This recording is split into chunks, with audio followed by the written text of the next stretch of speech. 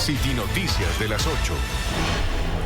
Hola, muy buenas noches. Saludamos a nuestra audiencia en Bogotá, en Colombia y en el mundo. Aquí están los titulares de las principales City Noticias de hoy. Titulares. Norte de Bogotá bajo el agua. Esta tarde se reportaron 41 emergencias por el aguacero con granizada. La mayoría de situaciones se registraron en la carrera séptima desde la calle 153 hasta la 57. Conjuntos residenciales y garajes quedaron inundados en Usaquén. Los bomberos tuvieron que drenar el agua de los sótanos que afectó a decenas de vehículos. En una hora en la ciudad se acumuló 75 milímetros de agua, lo que equivale a llenar 30 piscinas olímpicas. Todo aporte cuenta. En Bogotá y Cundinamarca se adelantan campañas para recaudar ayudas para los damnificados por lluvias e inundaciones en Córdoba. ¿Cómo puede aportar y qué puede donar? Les contamos los canales y puntos habilitados.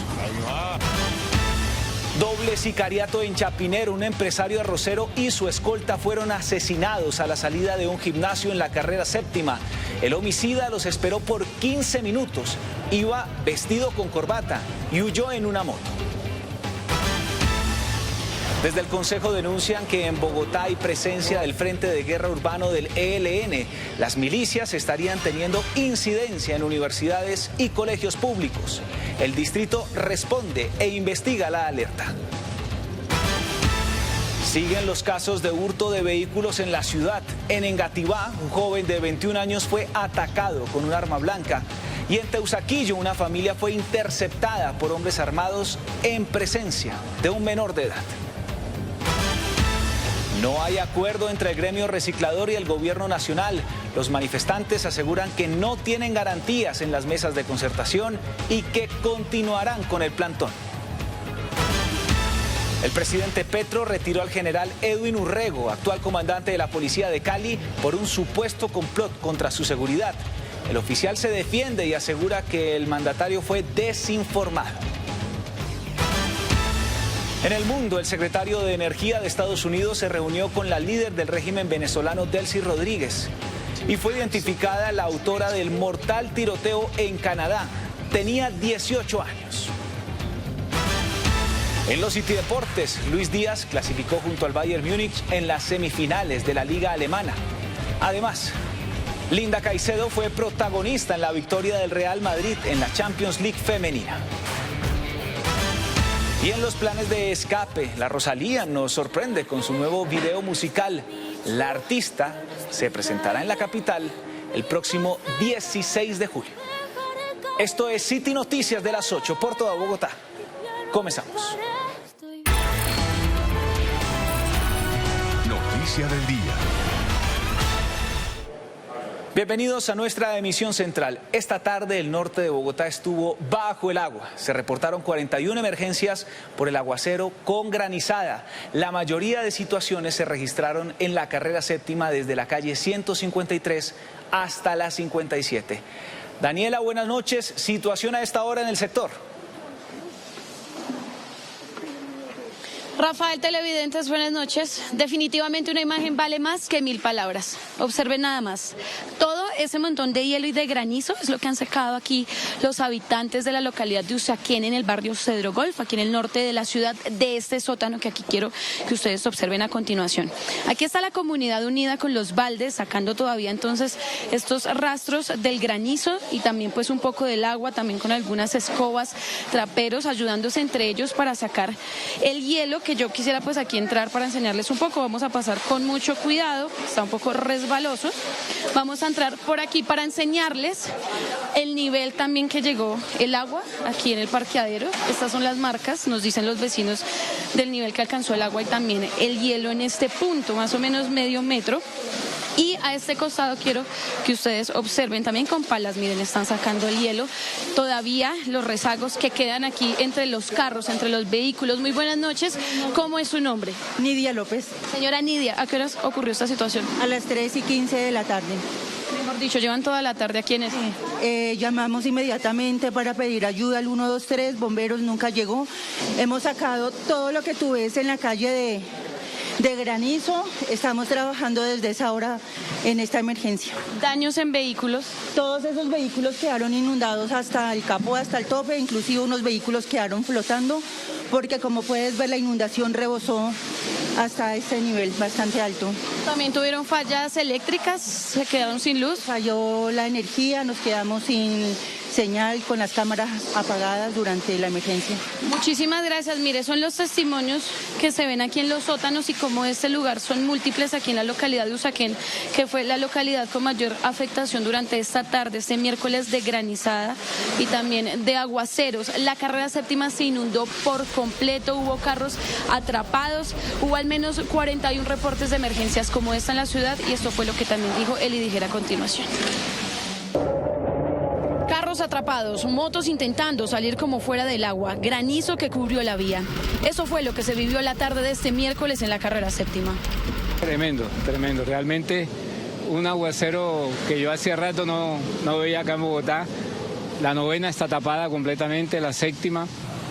El color blanco predominó en los separadores del corredor de la carrera séptima, uno de los más afectados esta tarde por la fuerte granizada que dejó rastros como estos.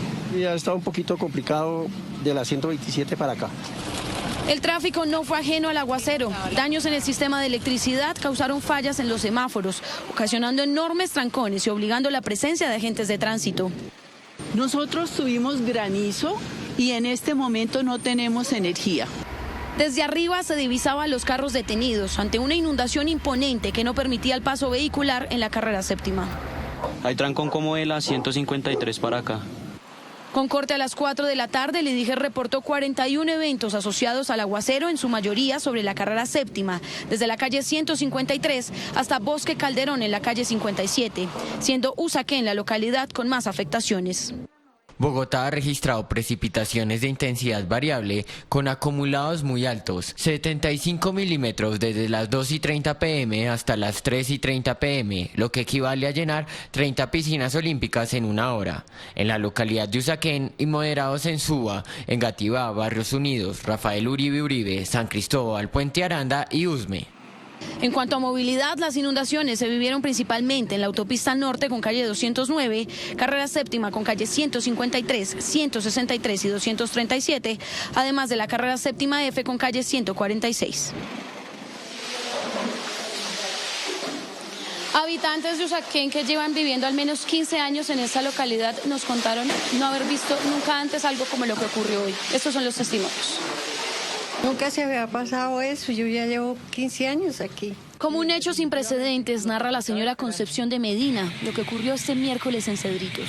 Una granizada que se tomó el parqueadero del conjunto en el que vive. Inundó todo. Mire, tengo los tapetes allá, los levanté porque... Y yo estoy sola. El agua y el hielo llegaron hasta la mitad de los vehículos allí parqueados. Llegó a subir hasta este nivel acá. Se quedaron sin luz durante varias horas por los daños eléctricos, aunque pese a las afectaciones, no faltó la inocencia de los niños que disfrutaron jugar con el granizo. La granizada es lo que más tapa las cañerías y todo, y entonces nos inundamos. Pues no fue tan terrible, ¿no? Terrible lo de Córdoba. Pero de todas maneras, pues estamos sujetos a todas estas inclemencias del tiempo porque es que está lloviendo mucho. El agua también se apoderó de negocios como este supermercado en la calle 146 con carrera séptima D, dejando múltiples daños en la mercancía. El agua fue torrencial, no nos dio tiempo de reaccionar. Lastimosamente, desde la séptima bajó una avalancha de agua, nos cruzó por este lado y se nos inundó el local. En este último punto hubo presencia de bomberos para ayudar a drenar el agua. Sin embargo, en Cedro Golf se registraron sótanos y garajes tapados por el hielo. Y mientras observamos a los habitantes, a la comunidad del barrio Cedro Golf, todavía sacando los estragos del granizo y del agua que inundó este sótano, este garaje en la carrera séptima H, les entregamos un dato importante que también informó el IDIGER, y es que Bogotá ha registrado precipitaciones con acumulados muy altos, de 75 milímetros, desde las 2:30 de la tarde hasta las 3:30 de la tarde, lo que equivale a llenar 30 piscinas olímpicas en una hora. Ese es el dato que nos entregó el IDIGER sobre esta jornada atípica de aguacero aguaceros hoy miércoles en la ciudad. Seguimos aquí acompañando a los damnificados en el norte de la capital del país, Rafael. Daniela, en directo desde Usaquén, City Noticias, acompañando a los damnificados por este intenso aguacero y granizada. Allí vemos a los vecinos con baldes y escobas sacando el granizo que quedó y también el producto de esta inundación ocurrida esta tarde. Y respecto a la emergencia que se vive en el país, producto de las intensas lluvias, se anunciaron las primeras medidas para ayudar a los damnificados, especialmente en Córdoba. Oriana, ¿cuáles son esas medidas? Rafael, según anunció el director de la UNGRD, esto se realizará en distintas etapas. La primera es la respuesta inmediata, que incluye asistencia humanitaria, alojamientos temporales y acciones de rescate. El país enfrenta una crisis producto de la emergencia invernal que desencadenó inundaciones y desbordamientos especialmente en la región Caribe que afectaron más de 48.000 hectáreas y según los reportes, a la fecha 58.000 familias han resultado damnificadas. Muchas de ellas lo perdieron todo, pues cerca de 4.000 viviendas quedaron en pérdida total. Además de los daños de una amplia red de infraestructura vial, así como obras en acueductos, saneamiento básico y proyectos hidráulicos. Producto de esta situación, en este momento el gobierno evalúa decretar una emergencia económica, social y ambiental para hacerle frente a la situación tras el Consejo de Ministros en Montería. Le recomienda a usted la declaratoria de la emergencia económica, social y ambiental. En este momento es fundamental que esa herramienta constitucional, que es la declaratoria de emergencia económica y social y ambiental, garantice lo antes posible los recursos. Por su parte, los gobernadores colocaron sobre la mesa una alternativa que sugiere usar más de 6 billones de pesos en regalías que no se han ejecutado para darle atención inmediata a las regiones afectadas. Ahí va. Que podamos utilizar los recursos que aún no se han utilizado, no se han viabilizado del Fondo de Ciencia, Tecnología e Innovación y también del Fondo Ambiental, que se alimenta de recursos de la venta de petróleo y carbón que llegan a esas cuentas y que hasta el momento no han sido utilizados. Tenemos estancados en esos fondos cuenta. Lo cierto es que las autoridades se encuentran en una carrera contra el tiempo para establecer de dónde saldrán los recursos para esa primera fase que anunció el director de la UNGRD, que es precisamente lograr una respuesta ante la emergencia y reconstruir este territorio mientras las ayudas humanitarias empiezan a llegar. Y debido a esta gravísima situación se necesita la solidaridad de todos. Oriana, usted conoció campañas en la capital para poder donar. ¿Cuáles son? Rafael, en Bogotá y Cundinamarca se adelantan campañas para recaudar alimentos no perecederos, kits de aseo, ropa y elementos para el descanso. A continuación les contamos cómo pueden hacer para aportar. La Unidad Nacional de Gestión del Riesgo confirmó que en Lorica ya inició la entrega de 25 toneladas de asistencia humanitaria como respuesta a la tragedia. Por su parte, desde Bogotá y Cundinamarca se solidarizan con los miles de damnificados que deja la emergencia climática. Por eso, desde distintos frentes se adelantan labores para poder recolectar ayudas. Con la estrategia Tu Ayuda Suma, la Cruz Roja trabaja para recoger ayudas humanitarias y así entregarlas a los más afectados por las intensas lluvias en todo el territorio nacional. Elementos tales como arroz blanco, lentejas, panela, todos estos elementos que lleva un kit de mercado básico, elementos para armar los kits de higiene personal, cepillo de dientes, shampoo, jabón para cuerpo y demás elementos. Lo que no podemos donar es ropa usada y temas así como almohadas usadas, colchonetas usadas, dado que nosotros no los estamos recibiendo para poderlos trasladar hasta allí. La iniciativa también contempla otros medios para ayudar, como aportes desde 10.000 pesos, información que podrá consultar en www.donar.cruzrojabogotá.org.co. En ese sentido, la Corporación Minuto de Dios dispuso sus esfuerzos a nivel nacional para llevar donaciones a puntos priorizados como Córdoba, Nariño, Bolívar, Urabá, La Guajira y Cauca. Por eso hago un llamado a toda la ciudadanía de Bogotá y de Colombia. Ayúdennos, aprovechen los canales que el Minuto de Dios está abriendo para hacer llegar ayuda a todos esos hermanos del norte del país que están sufriendo frío, hambre, intemperie. Para ello disponen de un punto físico en el Banco de Ropa en la capital, en el Minuto de Dios, o a través de www.minutodedios.org.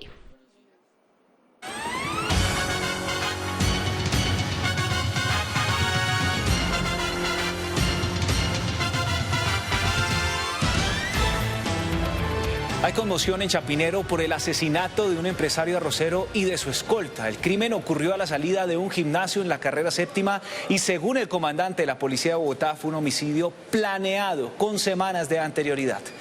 ¿Qué pistas dejó el sicario? Camilo, usted está en el lugar de los hechos. Buenas noches. Rafael y televidentes, ¿qué tal? Muy buenas noches. Nuevamente la capital del país se convierte en escenario de violencia tras este doble homicidio justamente en el norte de la capital, en la localidad de Chapinero. A esta hora los saludo en directo desde el barrio La Cabrera, acá en el norte de la ciudad, justamente en inmediaciones de este gimnasio ubicado sobre la calle 85 con carrera séptima hacia las 3:40 de la tarde. Varias detonaciones alertaron a los residentes, incluso a las personas que estaban dentro de este gimnasio. 2 personas fueron asesinadas, como usted muy bien lo menciona. Según se pudo establecer, la víctima de este ataque sicarial es identificada como Gustavo Andrés Aponte Fonegra. Se trata de, al parecer, un empresario del sector arrocero que también figura como miembro principal de una fundación denominada Gustavo Aponte Rojas, dedicada a todo este tema de labores sociales en la capital del país. Entre estas, ayudar a población vulnerable en el barrio Patio Bonito, esto en la localidad de Kennedy. La segunda víctima es su escolta, quien lo acompañaba durante la tarde de este miércoles y quienes salían de este gimnasio. El escolta, identificado como Luis Gabriel Gutiérrez Garzón. Lo que se conoce del escolta es que hace algunos años hacía parte de la policía y se retiró y se dedicaba a todo este tema de seguridad. Algunas personas importantes. Lo que se conoce preliminarmente es que hacia las 3:40 de la tarde llegaron hasta aquí estos sicarios. Lo que dice el comandante de la Metropolitana de Bogotá, el brigadier general Giovanni Cristancho, es que este hecho sicarial ya se había planeado con anterioridad. Los sicarios llegaron 15 minutos antes hasta este sector de la capital. Sabían perfectamente los movimientos de la víctima, a qué horas llegaba, a qué horas salía y cómo se movilizaba en el sector. Por otro punto que llama la atención y de acuerdo a las autoridades es la vestimenta de los señalados sicarios, pues al parecer venían con traje y se habla de 2 motocicletas involucradas en este doble homicidio. Una de ellas huyó por la carrera séptima.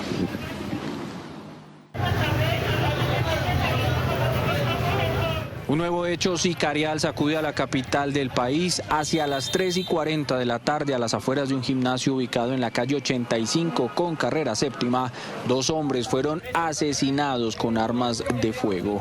Una de las víctimas fue identificada como Gustavo Aponte, un empresario de la ciudad.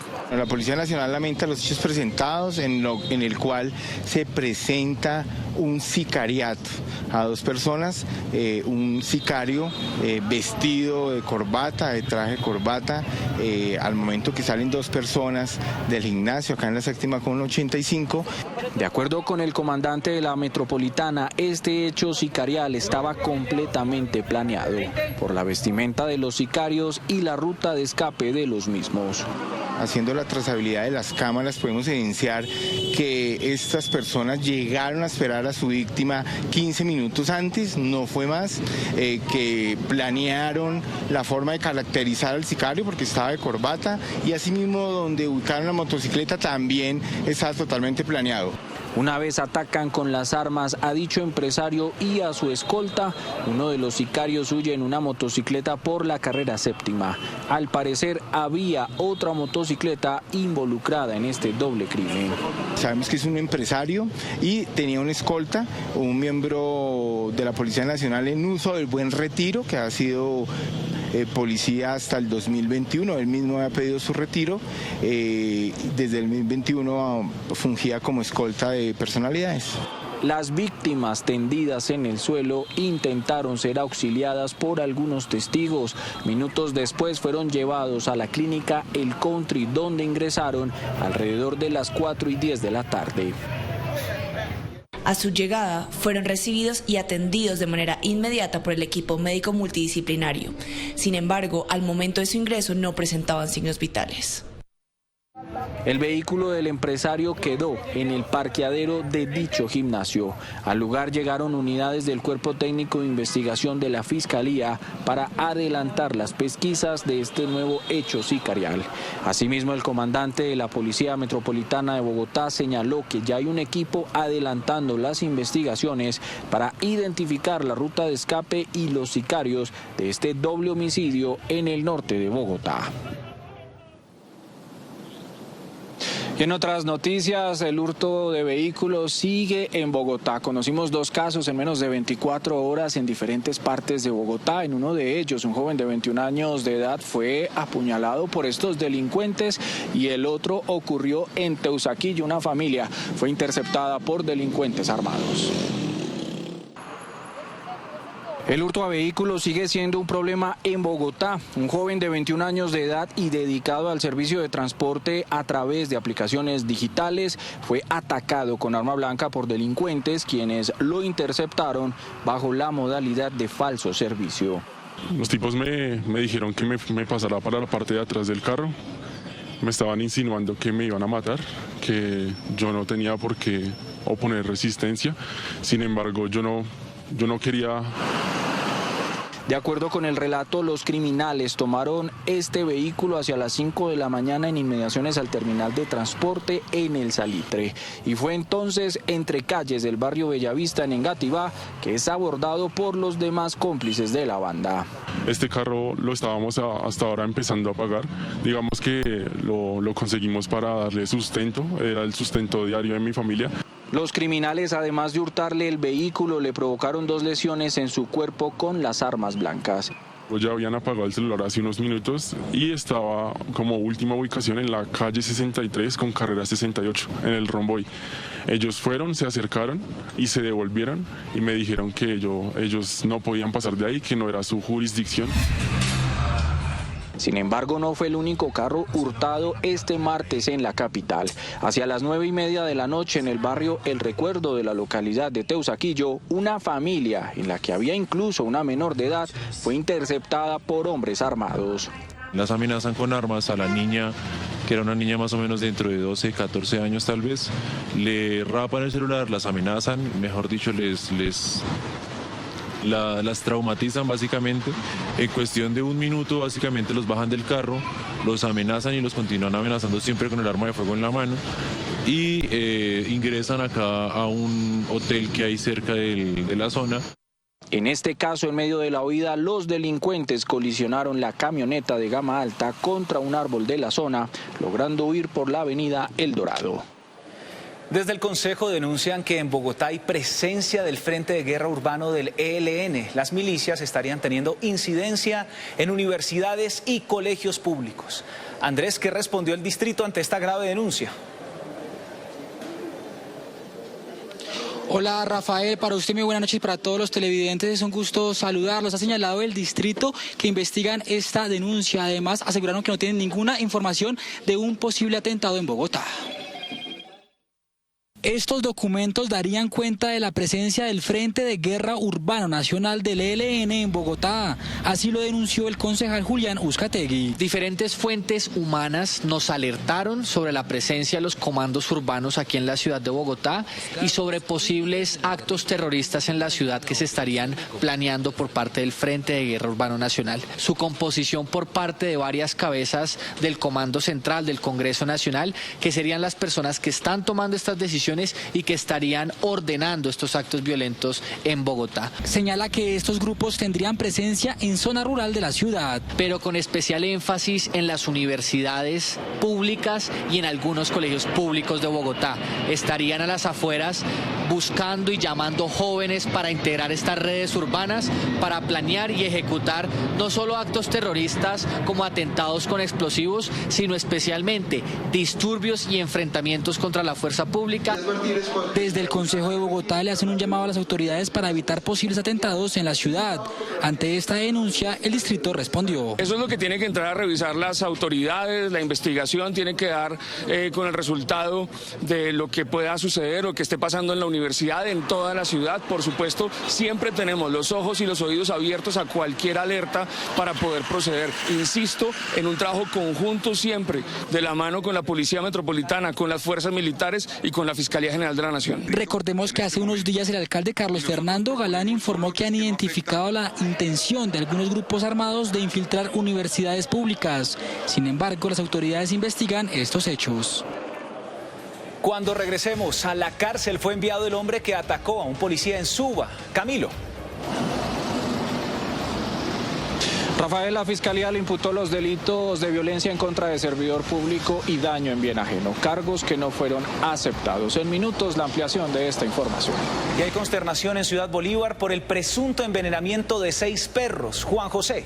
Rafael, así es, una noticia que nos tiene indignados. De los 6 caninos que habrían sido envenenados, 4 permanecen en cuidados intensivos y otros 2 lastimosamente fallecieron. Información, detalles de esta noticia más adelante. Y a plena luz del día y delante de los usuarios roban en una estación de Transmilenio. Daniela.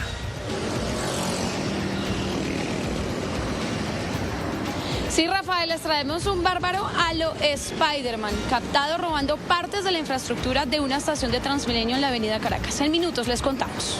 Esto es City Noticias de las 8 por toda Bogotá. Volvemos.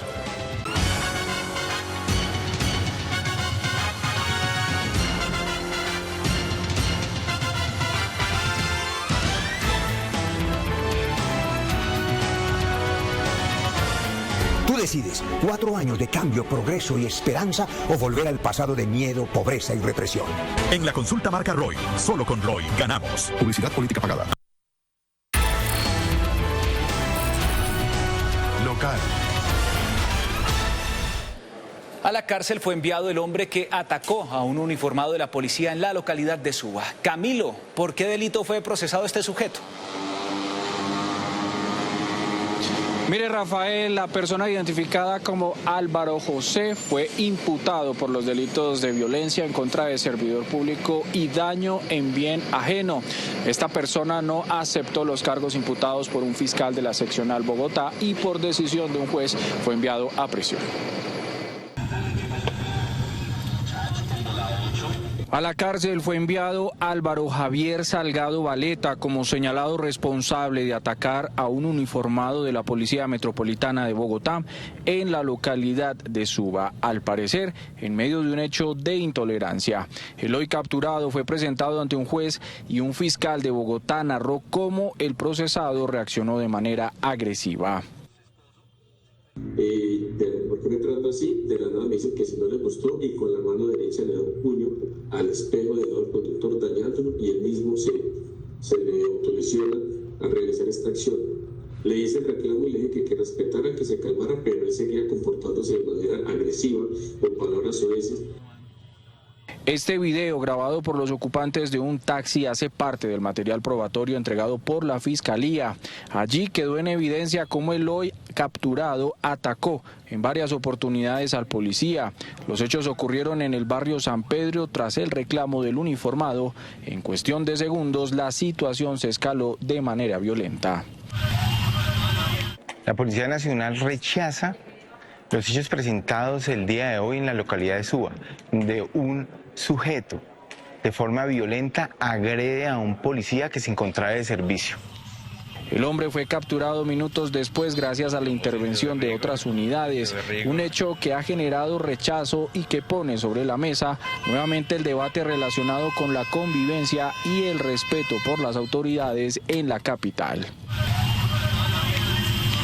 La Policía Nacional no permitirá que ningún colombiano agreda a los policías que están sirviéndole a la democracia. Invitamos a todos los ciudadanos de Colombia que rechacen este tipo de hechos violentos, porque están violentando no solamente al policía, sino a todos los colombianos. Por estos hechos se le imputaron los delitos de violencia en contra del servidor público y daño en bien ajeno, ambas conductas agravadas, cargos que no fueron aceptados y por decisión de un juez, el hoy procesado deberá continuar su proceso legal en centro carcelario. Y ahora nos trasladamos a la localidad de Engativá porque un delincuente que había salido de la cárcel para el año 2019 siguió haciendo de las suyas. Esta vez fue capturado por la policía de la localidad luego de que hurtara un establecimiento de comercio ubicado en el barrio Normandía. En las cámaras se puede evidenciar cómo el señalado responsable ingresó con arma blanca e intimidó a uno de los trabajadores despojándolo de 2 teléfonos celulares de alta gama valuados en más de 5 millones de pesos. Luego de esto, la víctima dio aviso a las autoridades y una patrulla que pasaba por la zona. De acuerdo a las indicaciones dadas por este trabajador, se logró la captura de este hombre a quien se le halló en su poder los 2 teléfonos. De acuerdo con las autoridades, el hurto a comercio en la localidad de Engativá ha tenido una reducción del 74%. Cabe resaltar que esta persona había salido de la cárcel en el año 2019 por el delito de hurto calificado y agravado. Se pone a disposición de la autoridad competente, donde un juez de control de garantías dicta medida de aseguramiento en centro carcelario y penitenciario por el delito de hurto calificado y agravado. Muy bien, ahora cambiamos de tema porque la Fiscalía de Cundinamarca le imputó el delito de homicidio agravado a Carlos Eduardo Caro. Esta persona señalada de asesinar a un carpintero en el municipio de Cíbate, Cundinamarca, para el pasado mes de diciembre. De acuerdo con la investigación adelantada por la Fiscalía, se pudo evidenciar que este hombre, luego de tener una discusión con su propio jefe, al parecer por el pago de un trabajo, lo asesinó con arma blanca y posterior a esto desmembró el cuerpo, el cual fue abandonado en el municipio de Soacha, Cundinamarca. El procesado aceptó los cargos imputados por la Fiscalía. Camilo, gracias. Mientras tanto, hay consternación en Ciudad Bolívar por el envenenamiento de 6 perros de una institución educativa. Juan José, usted estuvo allá. ¿Qué le contaron los vecinos? Rafael, la comunidad educativa del Colegio Antonio García está consternada, puesto que son 6 los perros que habrían sido envenenados. De estos 6, 4 permanecen en cuidado crítico, mientras que 2 lastimosamente fallecieron. Pero vea, lo que más indignación causa de esto es que, según información preliminar, habrían encontrado vidrios en las heces de los caninos.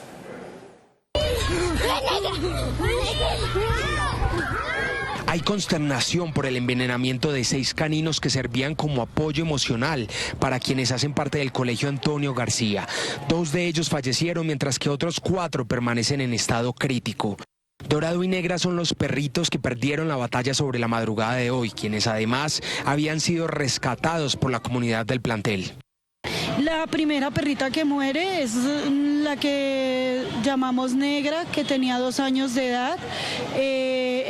El vigilante del turno de noche me llama a las 4 de la mañana a indicarme que parecía que hubiera sufrido como un infarto, porque ella quedó como rígida, como patas arriba. Luego sí ya la pudimos acomodar con la lengua negra. Negra había llegado a la institución en 2024 en condiciones de desnutrición, mientras que Dorado llegó en 2022 luego de haber sufrido el atropellamiento de un vehículo. A raíz de esto, por un año estuvo en cirugías y tratamientos, gracias a actividades de recolección de fondos que el colegio hizo para recuperarlo. Comunidad del plantel habla de hipótesis sobre lo sucedido. Que hubo un inconveniente con uno de los perritos nuevos, digamos de los que teníamos adoptados hace poco, con un vecino del sector, y él vino a amenazarnos de que iba a envenenar a los perros. Entonces sería como la primera hipótesis que se está jugando la empresa de vigilancia. Autoridades del distrito aseguran que este caso no quedará en la impunidad. Esto no va a quedar impune. Hemos iniciado con la Fiscalía General de la Nación, con el Grupo Gelma específicamente, todas las acciones que nos permitan dar con el responsable o los responsables de este delito. Vamos a ir hasta las últimas consecuencias, buscando no solo judicializar, sino llevar esto efectivamente a una pena efectiva que permita que quienes tienen que ver con esto paguen las consecuencias. ¿Quiénes están contentos? ¿Quiénes? Funcionarios del Instituto Distrital de Protección y Bienestar Animal y de la Alcaldía Local de Ciudad Bolívar realizan las investigaciones correspondientes junto a la Fiscalía para dar con la captura del criminal que causó esta tragedia. Tránsito. Propuestas y estrategias para frenar a los colados han existido varias, pero desde la Universidad Nacional surgió una que implementa inteligencia artificial. Daniela, ¿cómo funciona? Rafael, el estudio funciona con las cámaras de videovigilancia de las estaciones de Transmilenio en los torniquetes, con un novedoso sistema que identifica los movimientos de los usuarios. Una inteligencia artificial que identifica colados en Transmilenio. Observen cómo funciona. Con las cámaras instaladas en los torniquetes de todas las estaciones, el sistema marca con un color rojo las anomalías que observa. Idealmente se tiene que poner algún tipo de hardware especial para conectarlo con estas cámaras e implementar el modelo que nosotros diseñamos. Entonces no usa ningún modelo de inteligencia artificial, digamos de ChatGPT o algo así, sino es una arquitectura de redes neuronales que nosotros diseñamos. La propuesta desarrollada por César Rodríguez en la Universidad Nacional identifica los colados con un 65% más de precisión que el conteo humano. Además, mostró una efectividad del 95%. Con el trabajo que hicimos se puede aumentar a hacer una detección en tiempo real de los evasores. Actualmente solamente es conteo, pero en el momento en que se implementen las estaciones, podría decirle a un operador humano: alguien se está intentando colar, se pueden tomar algunas medidas correctivas. El estudio logró identificar evasores que no aparecen en los registros manuales que actualmente se realizan. Si en horas pico el conteo humano pierde casos, Transmilenio termina operando con cifras incompletas sobre cuántas personas realmente ingresaron sin pagar. Es nuestro aporte, es realmente medir o cuantificar con más exactitud la cantidad de colados. Esto para varias razones. La primera es hay muchas campañas que ellos intentan aplicar que no siempre sabemos si son efectivas o no, por esto, porque no tenemos números exactos. El sistema aprendió a distinguir una persona que acerca la tarjeta al lector y valida su pasaje, a quienes, por ejemplo, se pasan por debajo del torniquete o lo alteran, entendiendo este movimiento como evasión. El análisis se centró exclusivamente en los evasores por torniquete y no en colados por puertas laterales, por ejemplo, pues esto necesitaría una expansión de la herramienta que a futuro sería de gran utilidad para Transmilenio. Y luego de que se declarara desierta la licitación para la segunda línea del metro de Bogotá, hoy la alcaldía anunció que se reactivó el proceso para adjudicarla. Esto fue en medio de un encuentro con el cuerpo diplomático acreditado en Colombia, representantes de la Banca Internacional de Desarrollo, en el que se presentó el estado, el alcance y también las condiciones de este proyecto con el objetivo de ampliar la participación internacional. Escuchemos al gerente del metro. Lo que queremos es que a través del cuerpo diplomático las empresas interesadas en línea 2 obtengan la mejor información para que participen en un cronograma que nos llevará a precalificar y poder adjudicar al final de este año o en el primer trimestre del próximo. Bárbaro. Y cerramos, por supuesto, con su sección favorita en tránsito y movilidad. Claro que sí, hablamos de los bárbaros de la City, los famosos bárbaros de la City, la sección en la que nadie quisiera salir. Y esta noche les traemos este personaje, véanlo, a lo Spider-Man encaramado allí en el vagón de la estación de la calle 45, ubicada en la avenida Caracas, en esta troncal de Transmilenio, en lo que aparentemente es un hurto al mobiliario de la estación, y lo que se denunció en redes sociales y fue bastante viral es que fue a plena luz del día y frente a los vigilantes. Sobre esto, pues Transmilenio respondió que con el equipo territorial y el Centro de Control y Monitoreo del Sistema se extremaron las medidas de alertas para fortalecer el servicio y así prevenir que estas acciones ocurran. Recuerden que pueden dejarme las denuncias de los bárbaros como este Spider-Man y también las denuncias de tránsito y movilidad en el número que en este momento aparece en pantalla, y nosotros nos despedimos con las imágenes del tráfico aquí completamente normal a la altura de la avenida NQS con calle 92, Rafael.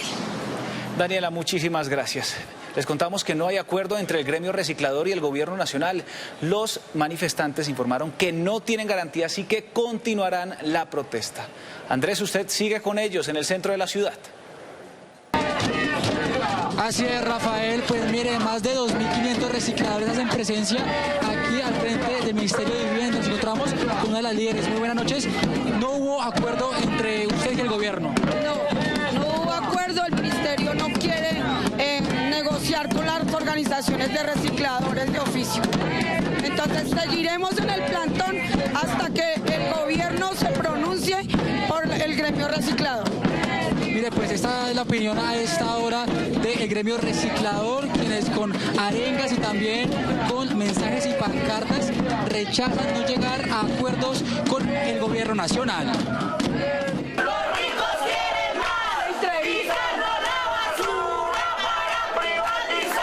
El plantón es indefinido, así lo manifestaron líderes de gremios recicladores quienes protestan al frente del Ministerio de Vivienda. Señalan que hubo una mesa de diálogo y aunque hubo un avance, no llegaron a ningún acuerdo con el gobierno nacional. Los temas que tengan que ver con modificaciones o actualizaciones de la norma que tenga que ver con los recicladores y todo lo de residuos sólidos, sea en el marco de esa mesa nacional y que de aquí al 20 no nos vayan a salir con alguna modificación, algo que nosotros como gremio reciclador no hemos participado.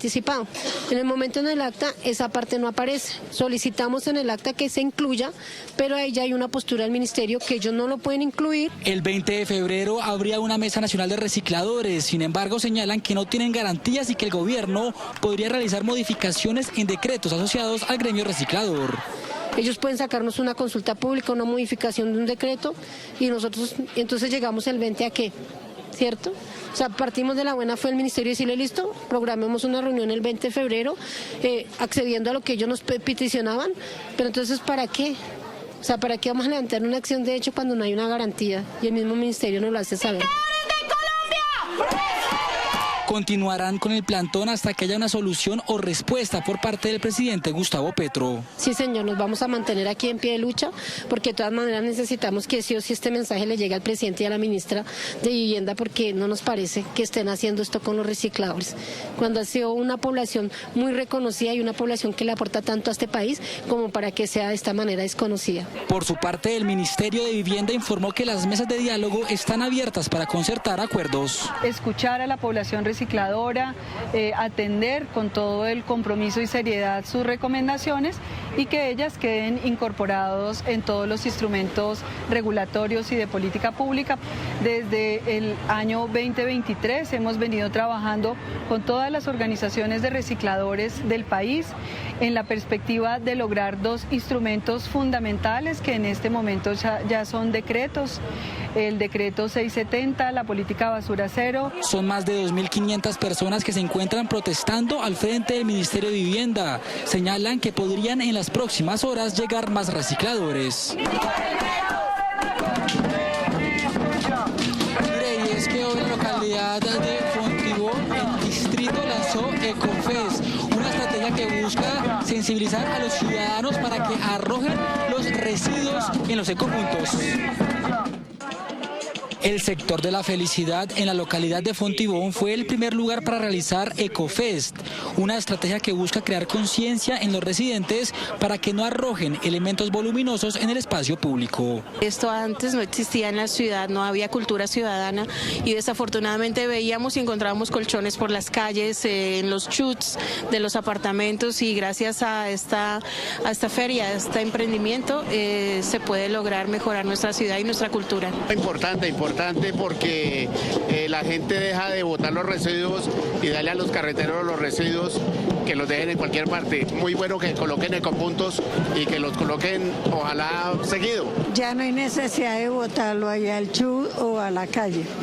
Los podemos botar acá. En la ciudad hay más de 211 ecopuntos para que los ciudadanos arrojen los elementos voluminosos. La gente puede sacar de manera recurrente, cada 4 semanas venimos repitiendo el ejercicio en cada punto y la gente puede sacar muebles, enseres, puede sacar los colchones viejos, puede sacar residuos de construcción y demolición y nosotros nos los llevamos totalmente gratis. Lo que queremos es generar conciencia en relación a una correcta disposición de sus residuos, pero también en que se tenga tenga presente que puede haber una nueva vida para los artículos. Acá hay emprendedores que trabajan con temas de materiales aprovechables. En el caso de la localidad de Fontibón hay más de 30 puntos críticos de basuras. Nosotros hacemos un trabajo constante con nuestros gestores de seguridad y convivencia, con nuestros gestores de ambiente, para hacer una recolección constante de estos residuos. Sin embargo, pues es muy importante que la comunidad se concientice que estos no son lugares adecuados para depositar estos residuos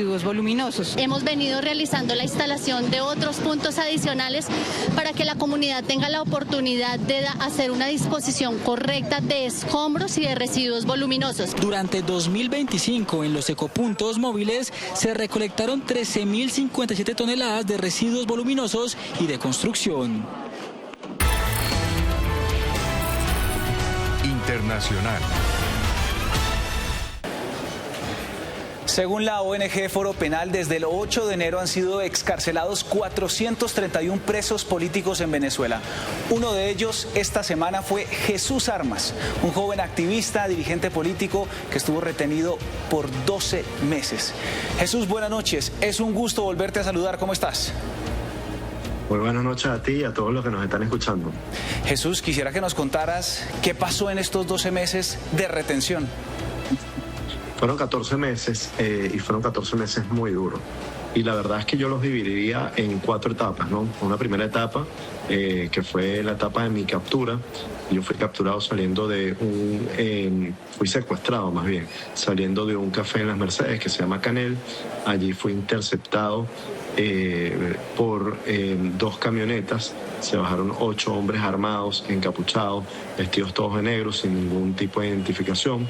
Me apuntaron con sus armas, luego me metieron en una de las camionetas, me encapucharon y me esposaron. Luego me llevaron a una casa clandestina. Estas casas clandestinas los usa el servicio de inteligencia del régimen con el objetivo de extorsionar y de torturar a presos políticos. Y allí fue torturado, utilizaron bolsas plásticas para causarme asfixia mecánica. Fui interrogado durante largas horas, presionado y amenazado durante varios días. La segunda etapa fue cuando me trasladaron a un recinto penitenciario que se llama Zona 7, también en Caracas.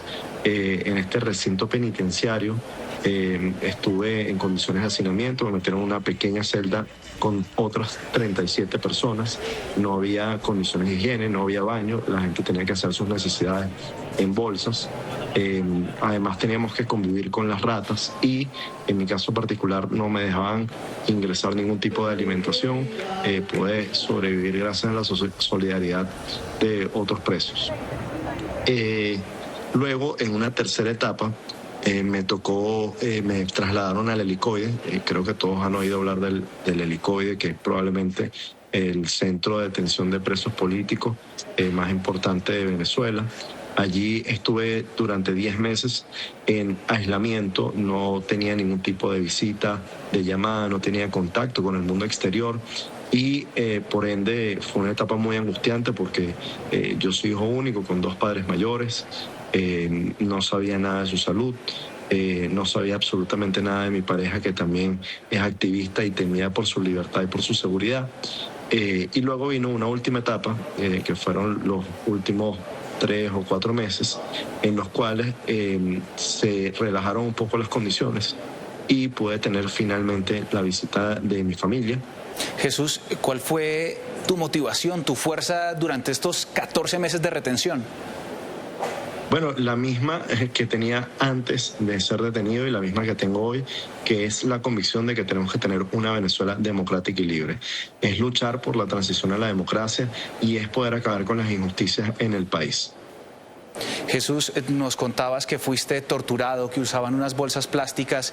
¿Quisieras relatarnos un poco lo que viviste allí en estos centros de retención y sobre todo qué te decían las personas que estaban realizando estas prácticas crueles? Bueno, fundamentalmente lo que querían era obtener información, por ejemplo, de la ubicación de María Corina Machado, de la ubicación de Juan Pablo Guanipa y de otros dirigentes políticos, de otros activistas movimiento democrático, me presionaban mucho, me amenazaban con mi familia, me amenazaban con mi propia salud, me decían que no iba a salir de allí nunca si no hablaba. Y además temía por mi vida, porque una cosa es estar en un centro penitenciario formal, institucional, con un cuerpo de seguridad, digamos, al menos identificado, a estar en una casa clandestina con una gente que ni siquiera está seguro si son cuerpos de seguridad o no. En este periodo de tiempo, Jesús, ocurrieron dos cosas. Una de ellas, por supuesto, la entrega del Premio Nobel de la Paz a María Corina Machado y, por supuesto, en enero, la captura de Nicolás Maduro. ¿Escuchaste estas noticias allá en este centro de retención? ¿Te enteraste o cuándo recibiste estas dos noticias? Lo del Nobel me enteré muy temprano porque teníamos un radiecito en la celda.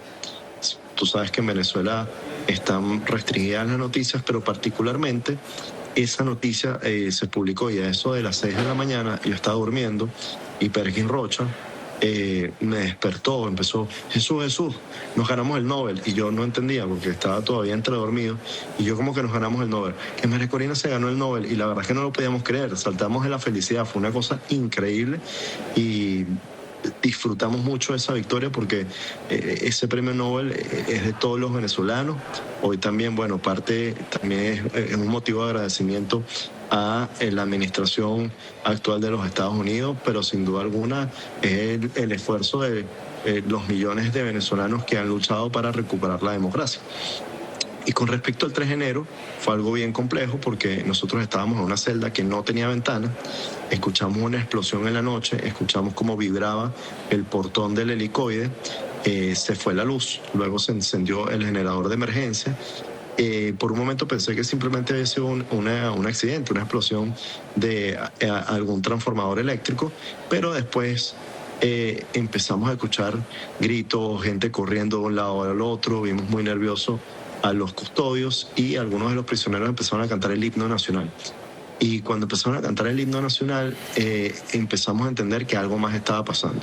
Al día siguiente escuchamos algún rumor y al tercer o cuarto día fue que finalmente pudimos conocer que efectivamente habían ocurrido estos hechos, ¿no? Sí, Jesús, ¿tú ya has hablado con María Corina Machado? Por supuesto, María Corina Machado y yo tenemos una relación muy cercana. María Corina sin duda alguna es la líder del país. Yo fui el organizador de campaña en la capital, en el municipio Libertador, que es el centro de Caracas, en el corazón de Caracas. Y pues ya conversamos, pero fue fundamentalmente temas humanos, ¿no? Más adelante hablaremos de cosas políticas, pero oye, hay muchísimo cariño entre nosotros y ella lo que estaba era fundamentalmente preocupada de cómo estaba mi familia y en cómo estaba mi salud. Claro, Jesús, y como todos los que nos enteramos de tu captura en ese diciembre del 2024, quisiera hacerte una última pregunta sobre lo que sigue para Venezuela. ¿Cómo ves este proceso, esta transición que está realizando también el gobierno norteamericano? Ya está la delegación allí en Caracas, están en constantes conversaciones y sobre todo una presión enorme sobre el régimen. ¿Cómo lees lo que está pasando y lo que va a pasar en las próximas semanas? Bueno, yo creo que esto es un proceso muy complejo. Todas las transiciones son complejas, todas las transiciones implican tragar sapos para ambos bandos. Obviamente nosotros hubiésemos querido que esto fuese muchísimo más expedito, pero bueno, yo creo que aquí lo que estamos en un proceso de reorganización social, de reconstrucción del tejido social de nuestro país. Hemos visto lo que han venido haciendo los estudiantes, los familiares de los presos políticos y por sobre todas las cosas, yo lo que creo es que va a venir eventualmente un proceso electoral, elecciones generales, libres, justas, respaldadas por los Estados Unidos y por otras organizaciones internacionales, en los cuales los venezolanos van a poder elegir a sus representantes de manera democrática y donde María Corina Machado va a poder participar y ganar esa elección, no tengo duda de eso. ¿Qué viene para Venezuela? Mira, no sé en cuánto tiempo, no, eso creo que nadie lo sabe, pero lo que viene es una transición a la democracia. Jesús, pues la última vez que hablamos fueron las elecciones del 2024, que nos ayudaste en esa transmisión que tuvimos aquí en City Noticias. Me alegra mucho poder volver a saludarte y muchas gracias por estos minutos y por compartir esta tremenda historia. Muchas gracias y buenas noches. Muchísimas gracias a ti. Muy bien, y a propósito de Venezuela, pues hoy hubo una reunión muy importante con la actual líder del régimen, Delcy Rodríguez. Karen Mejía, ¿qué pasó? Buenas noches. Rafael, televidentes, ¿qué tal? Muy buenas noches. Así es, una reunión con el secretario de Energía de Estados Unidos. Lo que dijo la nueva líder del régimen es que trabaja en una asociación productiva a largo plazo justamente con el país norteamericano. Esto refiriéndose puntualmente al tema del petróleo. Esta y más noticias del mundo a continuación. Tras una reunión con el secretario de Energía de Estados Unidos en Caracas, la nueva líder del régimen, Delcy Rodríguez, señaló que está trabajando en una asociación productiva a largo plazo enfocada en el petróleo y que puede beneficiar a ambas naciones. Por su parte, el secretario transmitió el mensaje de compromiso del presidente Trump para con el pueblo venezolano. Está firmemente comprometido con transformar por completa la relación entre Estados Unidos y Venezuela. Es parte de una agenda más amplia para que las Américas vuelvan a ser grandiosas. Aseguró que en la medida en que se fortalezca la relación entre Estados Unidos y Venezuela, también lo hará la paz, la prosperidad, el empleo y las oportunidades. El primer ministro de Canadá se pronunció frente al tiroteo ocurrido en una institución educativa de la localidad de Tumbler Ridge, que cobró la vida de 9 personas. Señaló que en los próximos días las autoridades del país deberán responder ante las familias afectadas. Quiero expresar mi profunda gratitud a los socorristas, a los oficiales de la Real Policía Montada de Canadá, que entraron de inmediato en esa escuela sin saber lo que les esperaba, a los paramédicos y al personal médico del Centro de Salud Tumbler Ridge, a los maestros y al personal escolar que actuaron con extraordinaria valentía para proteger a los niños bajo su cuidado. El proyecto de reforma laboral que se discute en Argentina ha causado protestas en el país latinoamericano. Varios de los protestantes se enfrentaron con la policía a la entrada del Congreso. Con piedras y bombas incendiarias se oponen a esta reforma, mientras que los medios locales señalan varios detenidos durante esta jornada.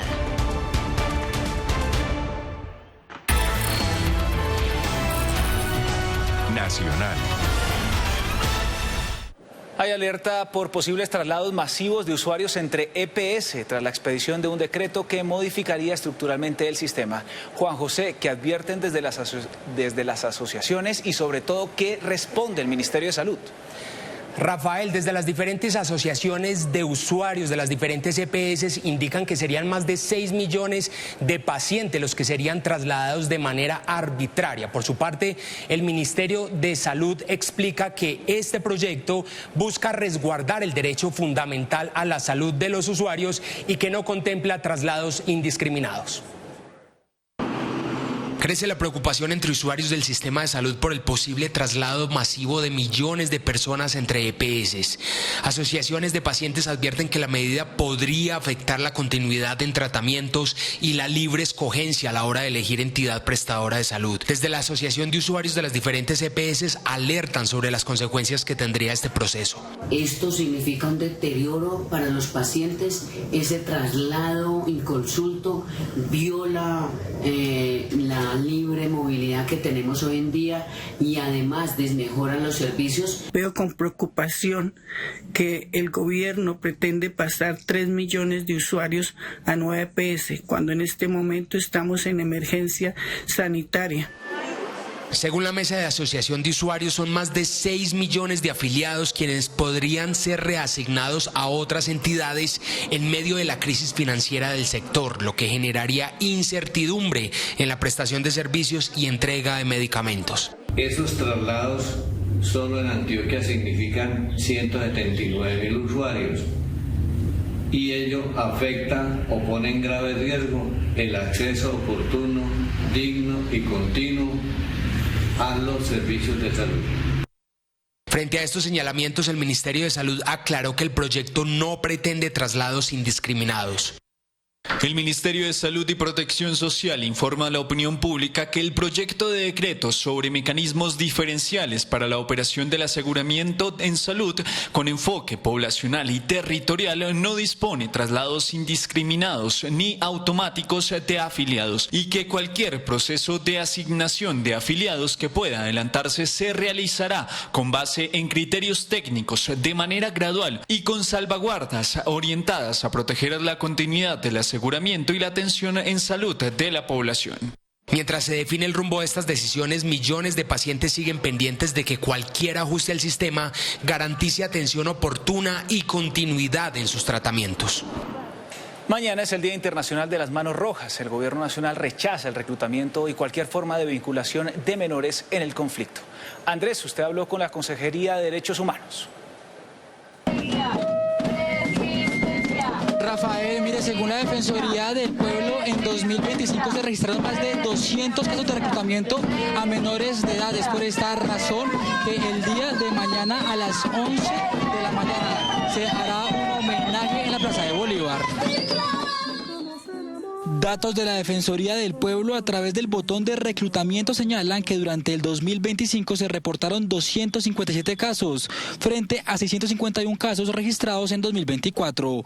El Gobierno Nacional rechaza. Los niñas y adolescentes están siendo utilizados como carne de cañón por los grupos armados al margen de la ley y necesitamos una fuerte movilización social de decir alto ahí. No más niños reclutados, no más niños a la guerra. Este 12 de febrero es el Día Internacional de las Manos Rojas, que busca prevenir que menores de edad sean instrumentalizados por grupos armados. No podemos seguirlos vinculando al conflicto, no podemos seguirlos vinculando con las acciones de la criminalidad organizada, porque si no, esto es un fenómeno que se va reciclando y que no parará jamás. Los niños, las niñas, los adolescentes son las generaciones de la paz. Aunque en Bogotá no se tiene información sobre el reclutamiento a menores de edad, rechazan que bandas criminales tomen a menores de edad para cometer delitos. Otras formas de vinculación, que es el uso y utilización de niños, niñas y adolescentes, que también lo utilizan las bandas criminales y los grupos armados que también operan a nivel urbano. Y por tanto Bogotá, no en las mismas dimensiones, no está exenta de eso, y eso también tiene que ser una alarma para la ciudad. Los departamentos con mayor incidencia de reclutamiento son Cauca, Guaviare, Caquetá, Meta y Chocó. Este jueves 12 de febrero a las 11 de la mañana en la Plaza de Bolívar se realizará un homenaje a los menores de edad reclutados en el país. En otras noticias del país, pánico en Cali por unos restos humanos abandonados en inmediaciones del centro administrativo municipal. Juan Diego, ¿qué detalles se conocen? Rafael y televidentes, muy buenas noches. Las autoridades en Santiago de Cali investigan el hallazgo de una extremidad humana abandonada dentro de una maleta. Según las primeras hipótesis, el responsable la había arrojado desde una motocicleta. Por el momento, la policía avanza en la investigación para identificar y capturar al responsable. Más noticias nacionales a continuación. Tras las acusaciones del presidente Gustavo Petro en contra del general Edwin Urrego de Cali, se conoció un decreto presidencial donde se le destituye por el llamamiento a calificar servicios, lo que significa que cese en la obligación de prestar servicios sin perder su grado, esto a pesar de la falta de pruebas en su contra. Hay un general que ordenó retirar de la policía, tiene una misión extraña, alguien le dio la orden, obviamente no nosotros, para ponerme sustancias psicoactivas en el carro. El presidente Petro señaló que existen informes de inteligencia que acusan a altos mandos policiales de haber conspirado en su contra, presuntamente con el objetivo de afectar el encuentro con el presidente Trump. Esas manifestaciones hechas por el señor presidente son delicadas y tienen trascendencia incluso a lo penal, entonces obviamente tendría que iniciar acciones legales también en ese sentido. Adicionalmente, Urrego manifestó su disposición a someterse a pruebas de verificación como el polígrafo para esclarecer los hechos de los que se le señalaban. El ELN atacó una estación de policía en el municipio del Carmen, norte de Santander. Hasta el momento se reporta el fallecimiento del subintendente Andrés Felipe de la Hoz y un oficial más herido. El ataque incluyó el uso de francotiradores y drones cargados con explosivos. La situación ha forzado la suspensión de toda actividad laboral, comercial y estudiantil. El gobierno nacional evalúa la intervención del ejército en la zona. Por otro lado, en el municipio de Cajibío, Cauca, se registró un ataque similar que dejó 2 policías heridos. El alcalde de Morales, Cauca, Óscar Huacheta, y el secretario de gobierno fueron rescatados por el Ejército Nacional tras ser secuestrados la noche del 10 de febrero. Huacheta habría sido interceptado por hombres armados en motocicletas, quienes abrieron fuego contra su camioneta. Luego de la alerta se desarrolló un operativo entre el Gaula y la policía para lograr su liberación. Según las autoridades, ambos rescatados se encuentran a salvo a pesar de presentar heridas.